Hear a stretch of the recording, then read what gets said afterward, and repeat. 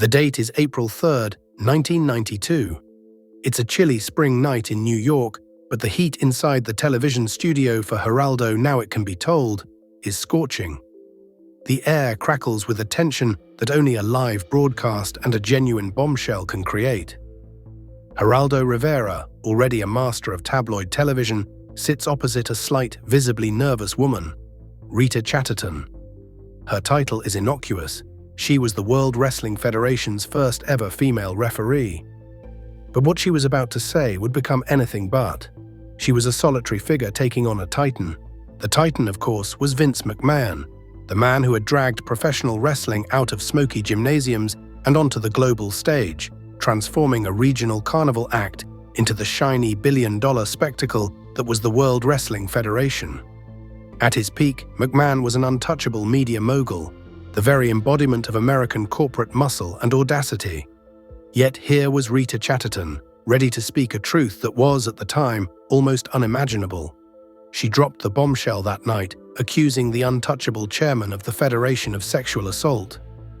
This wasn't a rumor from the wrestling dirt sheets. This was an allegation of a criminal act, broadcast to millions. She painted a grim picture, a woman leveraged by her contract, intimidated and threatened with being blackballed from the industry she loved if she didn't comply. McMahon, of course, vociferously denied the claims, countersuing her for defamation, leveraging his immense power to bury the story. In the court of public opinion of the early 90s, he largely succeeded.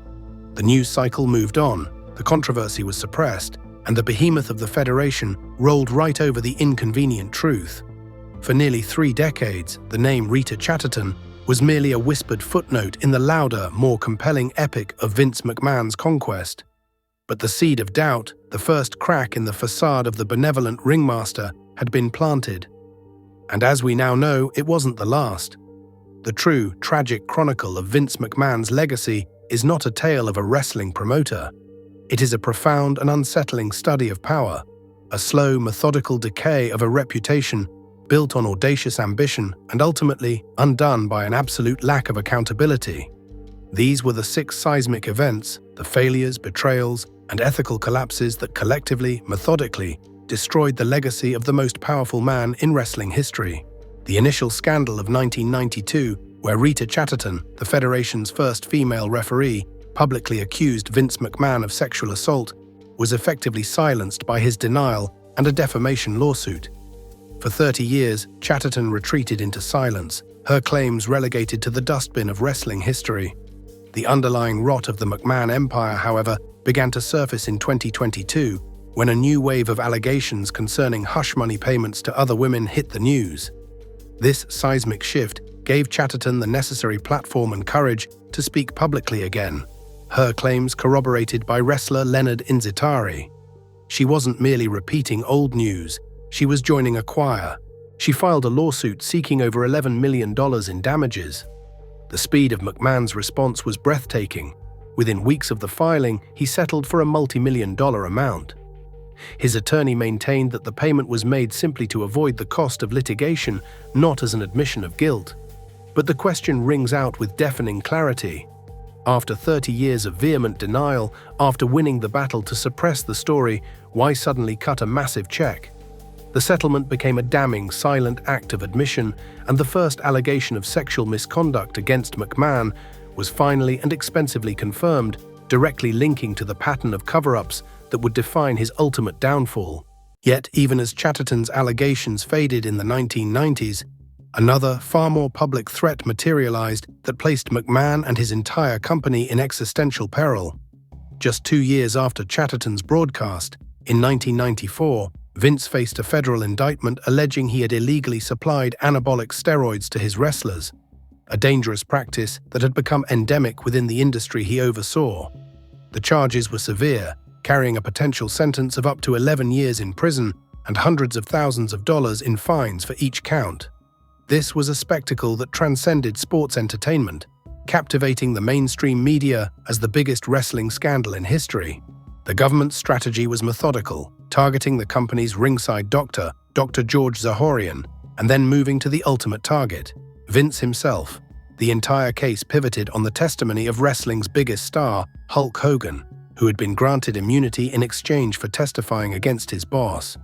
In a twist straight out of a Hollywood courtroom drama, Hogan took the stand and denied everything, saving McMahon's freedom and almost certainly the entire company.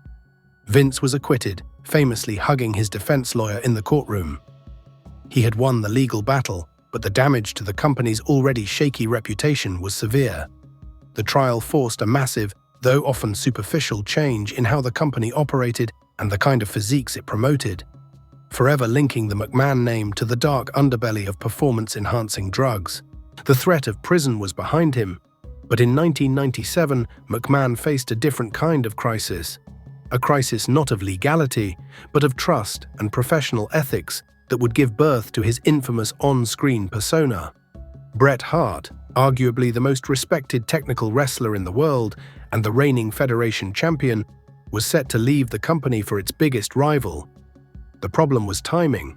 Bret refused to lose his title in his home country of Canada. In a stunning display of ruthless, behind-the-scenes manipulation, McMahon orchestrated a secret plan. During the match with Shawn Michaels at the Survivor Series pay-per-view, he instructed the referee to call for the bell and award the title to Michaels, while Hart was still locked in a submission hold, effectively stripping him of the championship without his consent. The resulting footage, Bret's look of horror, his spit in Vince's face, and the ensuing real-life punch he delivered, became legendary. While some argue Hart should have done business and dropped the title, McMahon's actions were seen by many as a shocking, almost Machiavellian betrayal of his top star. It exposed the boss as a cutthroat operator who would violate any professional or personal boundary to protect his company's intellectual property. Ironically, this moment birthed the monstrously successful Mr. McMahon villain character, but it also revealed a cold, calculating truth about the real man behind the tie. The betrayal of Montreal, however, pales in comparison to the sheer ethical collapse of May 23, 1999, when McMahon's commitment to "the show must go on" crossed a line that should have been unimaginable.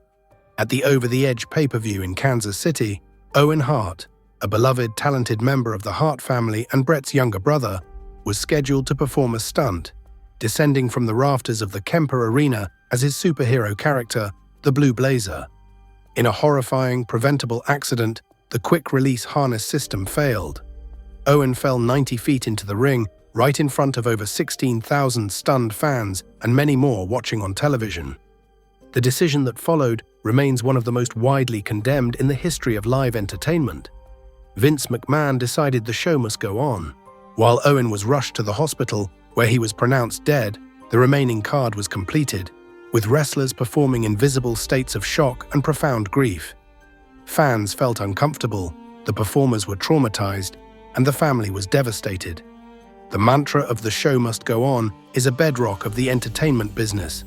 But this was a line, a moral human line, that should never have been crossed. Despite the passage of 25 years and the enduring trauma it caused, even in a recent Netflix documentary, McMahon defended his decision. It stands as a profound moment where commercial imperative utterly crushed human decency, forever marking the company's most tragic loss with the stain of corporate coldness.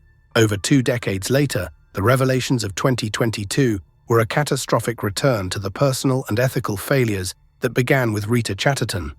For decades, the scandals had been legal, professional, or ethical.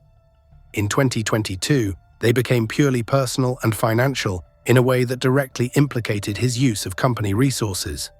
News broke that the board was investigating Vince for a secret affair with a paralegal employee. Initially reported as a consensual relationship, the real issue was the subsequent discovery that McMahon had used $3 million of company money to pay the woman a hush agreement. The investigation quickly revealed this wasn't an isolated incident. The true figure ballooned to over $12 million, paid to at least 4 different women over several years, all to silence allegations of sexual misconduct. This pattern of behavior was more than just infidelity. It was a damning demonstration of financial impropriety, corporate malfeasance, and the systemic misuse of power to cover up damaging personal behavior. Under immense pressure and facing an inquiry from the Securities and Exchange Commission, Vince McMahon was forced to step down as chief executive and chairman, announcing his first, and what many hoped would be his final retirement from the company he built. His legacy was already severely tainted, but this financial cover-up introduced a new, uglier dimension of personal and corporate corruption. Astonishingly, McMahon would not stay retired. Within 6 months, he maneuvered his way back onto the board and, in a final act of business brilliance, orchestrated the sale of the company to Endeavor, merging it with the UFC to form the $21 billion behemoth TKO Group Holdings. It seemed for a brief moment that he had won. He had outmaneuvered his critics and his own board to exit on the highest business note possible. Then, in January 2024, the final blow landed. Janel Grant, the paralegal from the 2022 reports, filed a harrowing lawsuit in U.S. District Court. The allegations were not merely sexual misconduct, but sexual assault and, most damningly, sex trafficking. The lawsuit detailed a sustained campaign of psychological abuse, manipulation, and the alleged coercion of Grant to engage in sexual acts not only with McMahon, but also with other company executives and stars, sometimes at the company's headquarters itself. It was a narrative so graphic, so depraved, and so systemic that it defied belief. It was further alleged that he had pressured her into signing an illegal non-disclosure agreement, a violation of the Federal Speak Out Act. The sheer gravity of the claims, coupled with the ongoing investigation, made his position at TKO instantly untenable. He resigned from the board immediately. This was it. There was no more climbing back. Every contribution Vince McMahon had ever made to the company, every WrestleMania, every championship, every moment of global entertainment, was instantly, irrevocably overshadowed and defined by the sickening details of the Janel Grant lawsuit. This is how the story of the great titan of wrestling ends. Not with a business triumph or a crowd roaring his name, but with a whimper of legal accountability, his once mighty legacy utterly completely destroyed.